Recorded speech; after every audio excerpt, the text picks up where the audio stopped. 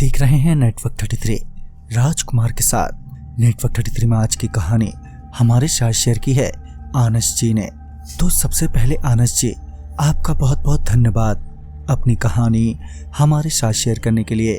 दोस्तों, अगर आपके पास भी ऐसी ही कोई कहानियां हैं तो हमारे साथ जरूर शेयर करें। हमारे इंस्टाग्राम आईडी पर, इंस्टाग्राम आईडी है network_33, जिसका लिंक नीचे डिस्क्रिप्शन बॉक्स में दिया गया है। तो चलिए पढ़ते हैं आज की कहानी की ओर। आनस जी बताते हैं कि हाल में ही उनकी मुलाकात एक बड़े ही पुराने मित्र रोहित से हुई, जो लॉन्ग रूट पर आइसर चलाते हैं।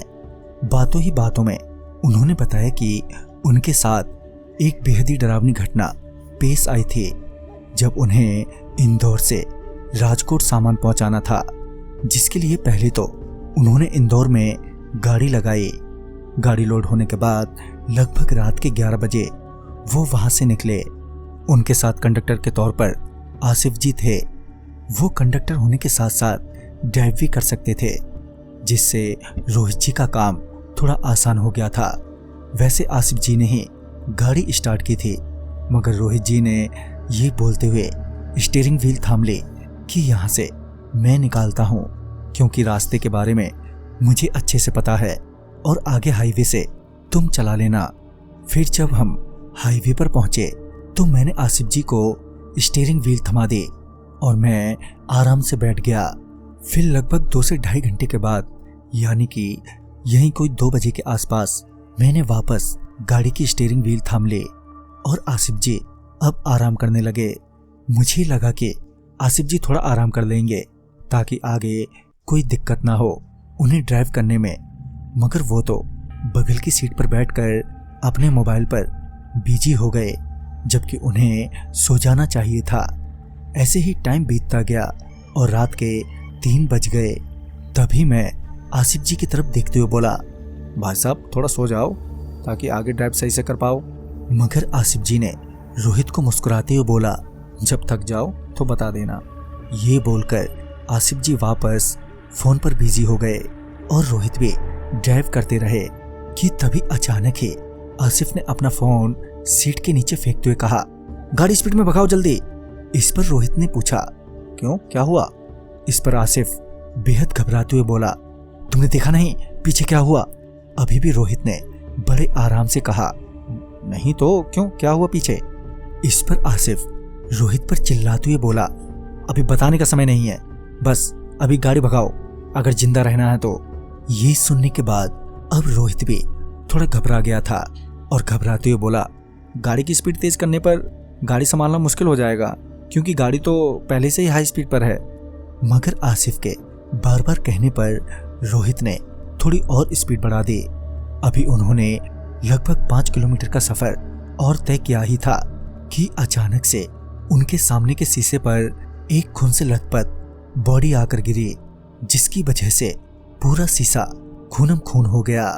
और इसी के साथ रोहित को ये भी एहसास हो गया कि मामला बहुत ही गंभीर है। रोहित बढ़ी हुई सांसों के साथ गाड़ी की स्पीड और बढ़ा देता है और कुछ दूर जाते ही अचानक ही गाड़ी से बहुत सारी चीजें टकराने लगती हैं। अब तक रोहित हिम्मत हार चुका था। रोहित रोते हुए आसिफ से बोला, अब क्या होगा भाई? इस पर आसिफ बोला, अभी तो सिर्फ गाड़ी चलाते रहो और कुछ मत सोचो। और फिर रोहित ने अपना पूरा ध्यान गाड़ी चलाने पर लगा दिया, साथ ही गाड़ी की स्पीड मैक्सिमम पर थे।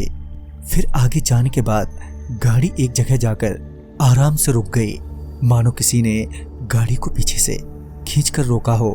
रोहित ने काफी कोशिश की गाड़ी रीस्टार्ट करने की, मगर गाड़ी स्टार्ट ही नहीं हो रही थी। तभी आसिफ ने रोहित को शांत रहने को बोलते हुए गाड़ी के बाहर की ओर इशारा किया। जब रोहित ने गाड़ी के बाहर देखा तो पाया कि एक बड़ा ही भयंकर सा भूत गाड़ी के चारों तरफ चक्कर लगा रहा है, वो भी बहुत स्पीड में। अब उन दोनों के पास कोई रास्ता नहीं बचा था वहां से निकलने का। अब वो दोनों किसी चमत्कार के ही भरोसे में थे। वो दोनों चुपचाप बिना हिले डुले ही गाड़ी में लगभग आधा घंटे तक बैठे रहे। फिर जब उन्हें ऐसा लगा कि अब बाहर कोई नहीं है, तो आसिफ ने रोहित को गाड़ी स्टार्ट करने को कहा और जैसे ही रोहित ने गाड़ी स्टार्ट की तो गाड़ी भी स्टार्ट हो गई। गाड़ी के स्टार्ट होते ही रोहित ने एक बार फिर गाड़ी फुल स्पीड में बढ़ाई और फिर वहां से बहुत दूर एक ढाबे पर जाकर गाड़ी रोक दी, जहां आसिफ ने बताया कि जब वो उस हाईवे से गुजर रहे थे तो वहां एक साइन बोर्ड था जिस पर लिखा था प्रेत बाधित एरिया, गाड़ी की स्पीड बनाए रखें और किसी भी सूरत में गाड़ी ना रोकें। वो साइन बोर्ड पार करते ही मेरी नज़र बगल से आते हुए उस भूत पर पड़ी, जिस वजह से मैंने तुरंत ही तुम्हें गाड़ी की स्पीड बढ़ाने को कहा। वहीं ढाबे पर थोड़ी और पूछताछ से ये पता चला कि उस जगह पर बहुत पहले एक परिवार को कुछ गुंडों ने घेर लिया था और उनका सब कुछ लूट लिया, साथ ही लेडीज के साथ गलत काम करने के बाद उन सबकी बड़ी बेरहमी से हत्या कर दी। हालांकि उस वक्त वहां से गुजरने वाले बहुत से लोगों ने ये सब अपनी आंखों से देखा, मगर किसी ने भी सामने आकर उनकी मदद नहीं की और ना ही पीछे रहकर पुलिस वालों को खबर की, जिसके चलते उनकी भटकती हुई आत्माएं अब सभी के साथ बेरुखी से पेश आती हैं। तो दोस्तों, इस कहानी में बस इतना ही। कहानी आपको पसंद आई हो तो लाइक शेयर करें और साथ ही हमें कमेंट बॉक्स में जरूर बताएं। तो मैं आपका दोस्त राजकुमार जल्द ही मिलूंगा ऐसी ही एक नई कहानी के साथ। तब तक के लिए बाय एंड टेक केयर।